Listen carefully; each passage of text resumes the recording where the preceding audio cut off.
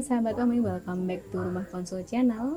Dan di video kali ini aku Dian bareng sama Mbak Siska, salah satu psikolog Rumah Konsul, akan ngebahas tentang grief ataupun mungkin tahapan berduka.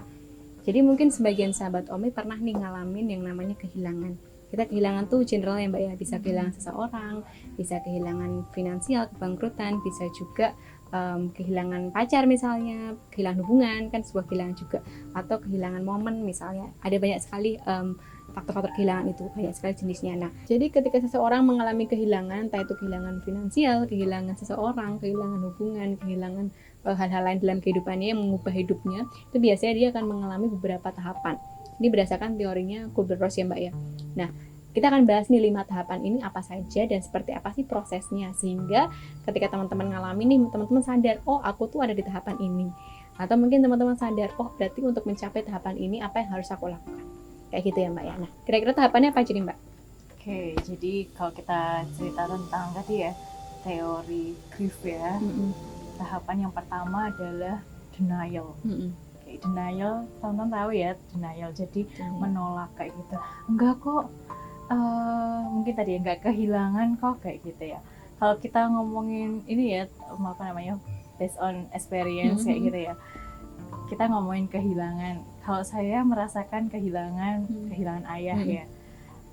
Waktu pertama kali dikabarin kayak gitu ya, memang nggak langsung sih dikabarinnya bahwa beliau meninggal, cuma dikabarin sakit kayak gitu ya. Di perjalanan untuk pulang tuh juga enggak mungkin, bahkan mungkin sudah dikebumikan aja kita kayak merasa enggak, kayaknya ayahku nggak meninggal, mungkin juga bisa hidup lagi kayak gitu ya. Entah gimana kok muncul ya pikiran-pikiran seperti itu, kayak penolakan kayak gitu. Jadi wajar, yang pertama memang kita akan merasa denial kan, menolak perasaan-perasaan itu. Jadi ketika teman-teman pernah mengalami rasa kehilangan, terus teman-teman kok merasa aku denial ya, itu tuh bukan sebuah hal gangguan atau bukan sesuatu hal yang kayak bermasalah gitu ya Mbak ya, karena semua orang tuh pasti akan ngalamin tahap dimana dia akan denial.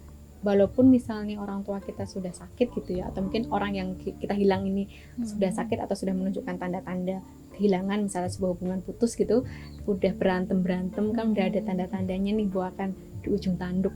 Kadang-kadang proses merasa denial itu masih ada gitu, walaupun sudah ada briefingnya mesti gitu ya, tapi tetap ada kita masih denial juga kayak gitu. Yang kedua apa Mbak, selain habis kita biasanya mengalami denial, terus apa yang akan terjadi? Ya, yang kedua adalah kita mengalami fase anger, atau ada rasa kemarahan gitu ya, ketidakterimaan.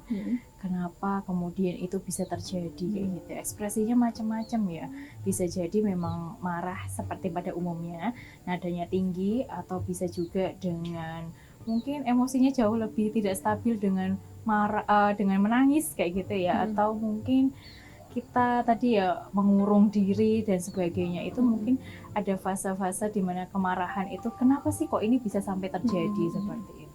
Kadang-kadang juga di fase anger ini, kalau yang aku baca juga, sangat mungkin nih kita untuk blaming self juga. Karena kan proses kita marah dengan keadaan ini, marah kenapa ini harus terjadi, kenapa kok harus seperti ini. Nah kadang-kadang kita blaming self juga. Contohnya misalnya kehilangan hubungan, kita kayak blaming diri kita, oh karena dulu aku yang gini. Padahal mungkin nggak selalu kayak gitu. Bahkan ketika berduka atas meninggal seseorang pun kadang-kadang kita kayak blaming ya Kak ya. Maksudnya kayak ngerasa coba dulu mungkin dibawa lebih dulu, coba dulu mungkin waktu sakit kita ngebawa dia lebih dulu, coba dari dulu terdeteksi, coba pada saat beliau sakit kita sudah berpenghasilan lumayan sehingga kita bisa membawa dia ke rumah sakit yang lebih better lagi daripada yang dia dapatkan sampai akhir hayatnya misalnya. Nah itu tadi anger ya teman-teman. Jadi fase dimana ada anger, ada blaming gitu terhadap sebuah peristiwa duka atau peristiwa kehilangan. Yang ketiga beginning ya Mbak ya, penawaran tuh kayak gimana Mbak, kurang lebih Mbak? Kalau dari teori ataupun pengalaman Mbak Siska? Jadi kayak kita melakukan penawaran, kenapa berpisahnya nggak nanti aja, atau kenapa kok seorang tuaku atau keluargaku meninggalnya ketika aku sudah sukses, kenapa kok aku aja kayak gitu ya, mengalami rasa sakit ini, kenapa nggak aku dulu yang diambil kayak gitu misalnya seperti itu. Jadi akan ada perasaan-perasaan di mana kita merasa penawaran-penawaran kayak gitu ya, baik penawaran dengan kondisi ataupun dengan ini kita bicara dengan Tuhan kayak gitu ya, kenapa nggak aku duluan sih, seperti itu. Jadi sebenarnya proses bargaining ini kan suatu step ya, ketika kita denial, kita udah nggak bisa lagi untuk menolak itu dan memang kejadian itu ada, nyata, kita marah, terus kemudian kan kita sudah hampir menerima, tapi ketika sebelum kita menerima biasanya pasti ada regret.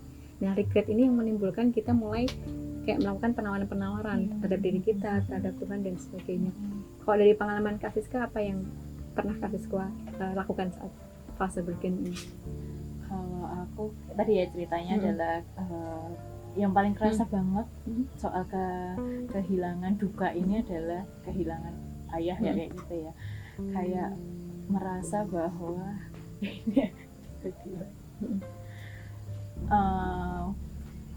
kenapa ya kalau kok sekarang saat waktu itu aku belum gajian nggak.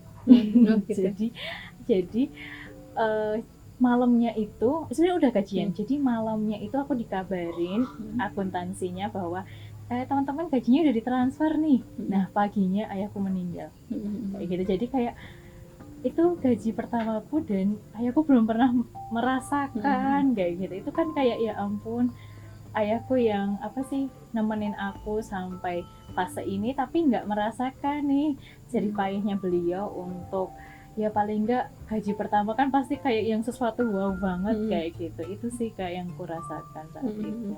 Kenapa nggak nanti aja, atau paling nggak 2 hari lagi kayak gitu kalau boleh nawar ya. Tapi ternyata kan memang tidak bisa menawar kayak gitu. Jadi ketika seorang melakukan proses bargaining, kalau misalnya teman-teman lagi dicurhatin teman dan dia melakukan proses bargaining, kan kadang-kadang kita aneh ya, nggak bisa, nggak mungkin. Tapi sebenarnya itu adalah tahapan yang wajar dialami juga nih Kak. Aku juga cerita sedikit, bapak aku meninggal juga di fase itu tuh aku tanggal 9 itu aku ujian sidang tesis waktu itu. Jadi aku ujian sidang tesis dan itu udah sakit sih. Jadi udah sakit. Jadi pas aku proses tesis itu bapakku sakit memang. Nah sidang selesai ujian. Nah di fase itu tanggal 10-nya enggak sampai tanggal 10, tanggal 9 pagi aku ujian, tanggal 9 malam hampir tanggal 10 lah, jam 10 malam jam 9 itu dikabarin kalau bapakku masuk ICU. Nah terus tanggal 13 meninggal. Jadi itu sebuah proses yang kalau aku ya boro-boro gaji pertama waktu itu ya, boro-boro gaji pertama. Bahkan tanggal 9 itu aku ngasih selempang lulus aja tuh sebenarnya nggak sempet, karena kan kondisinya tanggal 9 ke 10 tuh udah lemah kan. Dia ngasih selempang bahwa aku udah lulus, tapi nggak tahu kalau aku lulus, tapi ngasih selempang itu aja belum lulus. Itu ada satu fase dimana kenapa nggak nunggu nanti dulu setelah aku paling nggak graduation resmi, sumpah profesi. Kan kita kalau belum disumpah belum terlalu merasa sah sebagai psikolog ya. Itu satu fase juga dimana ada proses bargaining. Jadi sebenarnya kita udah menerima tapi masih ada ketidaktuntasan tuh. Jadi kita melakukan bargaining. Nah, setelah bargaining biasanya ada fase namanya depresi katanya Kak. Kakak ngalamin nggak kayak misalnya jadi menarik diri, mengurung diri tuh ngalamin nggak sih? Aku merasa ngalamin, cuman aku kayaknya lambat banget. Jadi kayak ayahku meninggal Juni dan aku ngerasa nggak enak banget September Kak. Sampai September sampai nggak September tuh kayak nggak enak-enaknya kayak gitu. Aku menarik dirinya tuh kayak kok aku ngerasain banget kehilangannya ya kayak padahal gitu. Juli Agustus iya, cuman kayak ya udah biasa, tetap aktivitas biasa. Ini kayak jadi aktivitasnya jauh lebih menurun, menarik diri. Terus bahkan nih ya Kak, maksudnya kayak orang lagu tentang ayah itu kayak no jangan nyanyikan itu kayak gitu ya. Jadi sahabat Tommy, kalau depresi, potong dikit ya Kak, depresi itu kan fase dimana kita benar-benar kayak menarik diri dan bersedih. Jadi setelah kita bargaining dan nggak mampu lagi nih buat bargaining, akhirnya kita kayak sedih dan lakukan depresi. Ternyata depresi pun kalau kasus alami itu dialaminya fasenya jadinya panjang ya Kak, setelah 3 bulan ya kayaknya udah baik-baik saja ternyata mengalami fase itu. Jadi buat teman-teman yang mengalami fase berduka dan sempat mengalami fase depresi, itu bukan gangguan depresi, tapi merupakan fase yang memang wajar dialami oleh semua orang gitu ya Kak. Jadi Kak Abel tuh ngalamin depresi sampai September. Dan aku konsul sih Kak waktu itu, sehingga cukup cepat membaik karena enaknya jadi psikolog ya Kak. Jadi kita tuh tahu ya kira-kira siapa nih yang memungkinkan untuk kita konsul. Jadi aku getting better banget ketika aku udah cerita, aku udah konsul ke teman psikolog kayak gitu sih Kak. Anyway, berarti ini satu bahasan juga bahwa ternyata psikolog pun konsul. Jadi buat sahabat Tommy yang mungkin ngerasa nggak terlalu baik-baik saja, konsul itu bukan suatu hal yang tanda kutip nggak bagus gitu ya, karena ternyata kita pun sebagai psikolog kita juga membutuhkan buat konsul, apalagi mungkin teman-teman yang belum belajar psikologi pasti juga akan semakin membutuhkan lagi. Nah kalau aku pas depresi itu dulu aku memang sengaja 40 hari itu aku gunakan untuk nggak kemana-mana. Jadi aku benar-benar di rumah dan melakukan aktivitas ya udah ngurusin 40 hariannya, ngurusin semingguannya. Jadi benar-benar aku nggak cari kerja, aku nggak ketemu sama saat orang-orang lulus terus langsung ketemu sama orang dan mengeksplor diri lebih jauh, aku nggak, karena aku merasa bahwa 40 hari ini memang fase kalau menurutku berlus adalah tahapan aku depresi kayak gitu. Jadi aku adalah 40 hari ini benar-benar aku maksimalkan sampai aku merasa aku menemukan jawaban untuk acceptance kayak gitu. Nah ini sebenarnya ada faktor penentu ya Kak, ketika kita merasa di fase ini dan kita butuh bantuan orang lain, atau kalau aku memang nggak pakai bantuan orang lain, aku sendiri, tapi aku memberikan ruang ke diri aku untuk kayak berdialog dengan diri. Sama nih teman-teman, ketika ada di fase keempat ini depresi, kalau teman-teman merasa butuh bantuan oleh orang lain, segera minta bantuan. Kalaupun enggak, coba untuk berdialog dengan diri, karena fase ini akan menentukan kita ada di tahapan ke-5. Dan ketika sudah di tahapan ke-5 yaitu acceptance atau penerimaan pun terkadang tuh bolak-balik ke tahapan yang sebelumnya itu sangat wajar terjadi. Karena apalagi ketika kehilangan adalah kehilangan sosok yang memang dekat sekali dengan kita. Kan nggak cuma kebiasaan aja yang berubah, tapi ada banyak hal yang berubah. Nah, jadi sangat wajar ketika teman-teman tuh ada di kok aku udah menerima tapi aku kayak gini lagi ya Kak, aku denial lagi, aku kayak sedih lagi, aku kayak berlarut-larut lagi. Itu wajar banget. Kasih sekali aja yang tadinya baik-baik saja bisa mundur ke tahap depresi. Mungkin ada trigger, mungkin ada nggak tahu dari mana asalnya kita tiba-tiba ingat gitu, dan itu sangat wajar terjadi. Berapa lama sih kita bisa sampai ke tahap acceptance yang kekeh gitu ya, yang kuat dan sebagainya? Dari teorinya sendiri nggak ada berapa lama, itu nggak ada ya Kak. Jadi kalau menurutku juga itu berdasarkan pada masing-masing individu. Gimana sih individu itu untuk kayak berusaha menerima, gimana individu itu untuk berusaha berpikir positif, gimana dia berusaha mengisi waktu-waktu dia dengan hal-hal yang positif, gimana dia mengubah energi dari orang yang meninggalkan dia ke sesuatu hal yang positif. Aku punya cerita sedikit nih Kak, ini cerita dari teman aku. Dia kehilangan ayahnya, dia dirasa bersalah besar karena pada saat dia kehilangan, hampir sama seperti aku, pada saat dia kehilangan dia belum jadi seorang. Tapi lebih parahnya lagi pada waktu itu emang kuliahnya berantakan. Kalau kan di fase dimana belum kerja tapi kuliahku aman gitu ya, tapi temanku ini emang kuliahnya berantakan. Nah akhirnya dia merasa bersalah banget sama ayahnya. Nah perasaan bersalah ini tuh terus ada sebenarnya, tapi ternyata rasa bersalah ini bukan sesuatu yang kayak buruk banget gitu kan. Ternyata justru rasa bersalah ini yang mengkarbitnya untuk bisa acceptance dan mengkarbitnya untuk bisa mengelola diri agar dia bisa kuliah yang benar gitu. Nah kalau dari bahasa spiritual dan transpersonal selalu kita bilang bahwa seseorang yang meninggal itu kan apalagi dekat sama kita pasti punya rasa cinta. Seorang yang meninggal pasti dia punya sama kita, ayah kita misalnya punya rasa cinta sama kita. Nah rasa cinta yang hadir dari seorang yang meninggal ini sampai ke kita pasti akan membentuk sebuah implementasi rasa yang lain. Jadi misalnya ayah kita cinta, pasti dia mengirimkan rasa cinta dia, walaupun dia meninggal, dia pasti mengirimkan rasa cinta kita, dan rasa cinta itu yang menimbulkan sebuah rasa yang berbeda dari kita, yaitu kehilangan, entah itu rasa bersalah atau apapun, tapi justru rasa itu yang memprotek kita.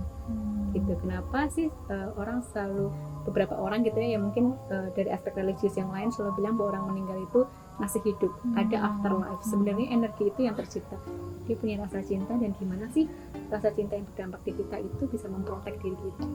Kalau kita tidak memaknai itu sebagai hal yang memprotek diri kita bisa masuk ke tahap yang terakhir sih kayak, maksudnya kita bisa sampai yang kehilangan, depresi, terus kayak benar-benar yang nggak bisa ngapain. Tapi kalau kita, temanku itu mengubahnya rasa bersalahnya dengan suatu hal yang positif, energinya untuk lebih produktif, akhirnya dia bisa sekarang jadi dosen, sekarang jadi psikolog, dan cukup berprestasi juga gitu.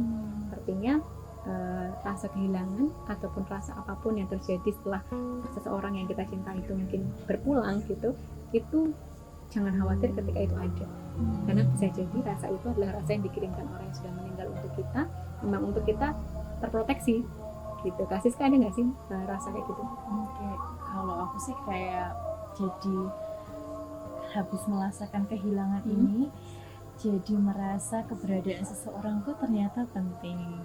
Nggak kemudian apa ya, mungkin dulu gampang mengabaikannya ya. Terus kita jadi jarang, kita sebenarnya bukan yang tipe keluarga yang hangat, nanyain kabar kayak gitu. Tapi sekarang semenjak ayah nggak ada, kita kayak jadi semakin dekat satu sama lain kayak gitu. Aku tetap nyapa ibu kayak gitu, nyapa karena aku anak tertua ya, aku tanyain kabar adik-adik. Mungkin ada hikmah baik juga kayak gitu, dan itu pada fase yang kita tuh memang perlu memutuskan. Kayak temennya Kak Dian tadi, dia kan memutuskan untuk ini adalah fase batu loncatan aku untuk membuktikan untuk aku harus tetap berjuang. Tapi ada juga orang yang memutuskan untuk apa sih aku berjuang lebih lanjut, kan ayahku udah nggak ada atau orang tuaku udah nggak ada kayak gitu. Sehingga sebenarnya kita perlu banget untuk memutuskan nih. Jadi memutuskan untuk apa? Memutuskan lebih baik atau memutuskan jauh lebih merasa sakit. Jadi itu keputusan di dalam diri kita sendiri. Oke, artinya ketika kalian punya rasa yang nggak enak, apapun itu, rasa bersalah, rasa sedih dan sebagainya, ternyata sebenarnya segala sesuatu itu bisa menjadi proteksi kita untuk kayak lebih baik ya Kak ya, untuk diri kita sendiri. Jadi kita mengubahnya menjadi suatu hal yang positif. Kayak Kak Siska tadi kan berarti ada hal yang ternyata positif juga terjadi. Nah, kurang lebih itu tadi tahapan dari grief, dari guber loss.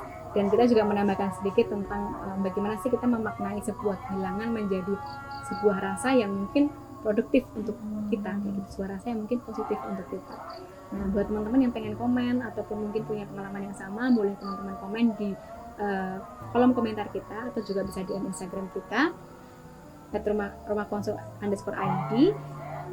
Teman-teman punya pengalaman mungkin juga merasa pernah kehilangan, ada di fase apa, atau mau konsul juga bisa langsung WA kita ataupun DM dan juga tulis di kolom komentar. Jangan lupa like, comment, dan subscribe video kita. Terima kasih atas antusiasnya. Assalamualaikum warahmatullahi wabarakatuh.